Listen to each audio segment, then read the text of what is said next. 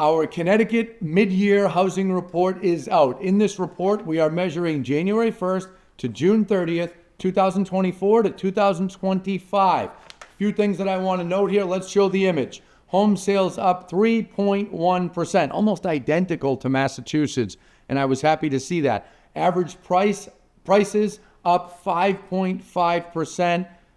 Happy to see that as well. That's good appreciation, but it's not too much, okay? We've had some years, particularly in Connecticut, with inventory being so low that price increases got a little crazy and scared away some buyers. So we can see that that's slowing down a bit, and that's a good thing to see. Homes listed up 6.4%. So 6% more homes were listed in the first 6 months of 25 compared to the first 6 months of 24. That's great to see that more sellers are getting off the sidelines. So what does all this mean for home buyers and home sellers? Number one, buyers. I always say best time of the year to buy a home, second half of the year, and we are here. Very good news for you. The best months to buy are here pretty much from this point until you get to about the week before Thanksgiving, and then inventory starts going down again. So you should be excited about that. You should be out looking at homes, making an offer on a home if you see the one that you want. But as I always say, don't overplay your hand. Just because we're in this time of year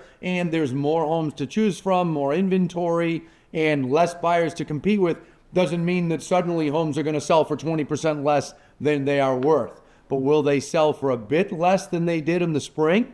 Yeah, probably. So be aware of that. Be excited about it. Home sellers, I hope you just heard everything I said, because you have to keep that in mind when you're listing your home. Now, if you're selling and buying something else, well, good for you. Then you get to take advantage of it. Yeah, you won't sell for as much as you would have if you listed in February or March, but you also won't pay as much as you would for a home as then. If you're only selling, then yeah, it's not the best time of year to singularly be selling your home, but be cautious with that. Don't be necessarily tempted to wait until the first of the year, because it depends upon the situation. If you need to sell, you need to sell, but you need to be realistic. Okay, one of the things that I noticed in almost all the states that I reviewed here in New England is every state price adjustments were up dramatically in the first 6 months of the year compared to the first 6 months of 2024. Why?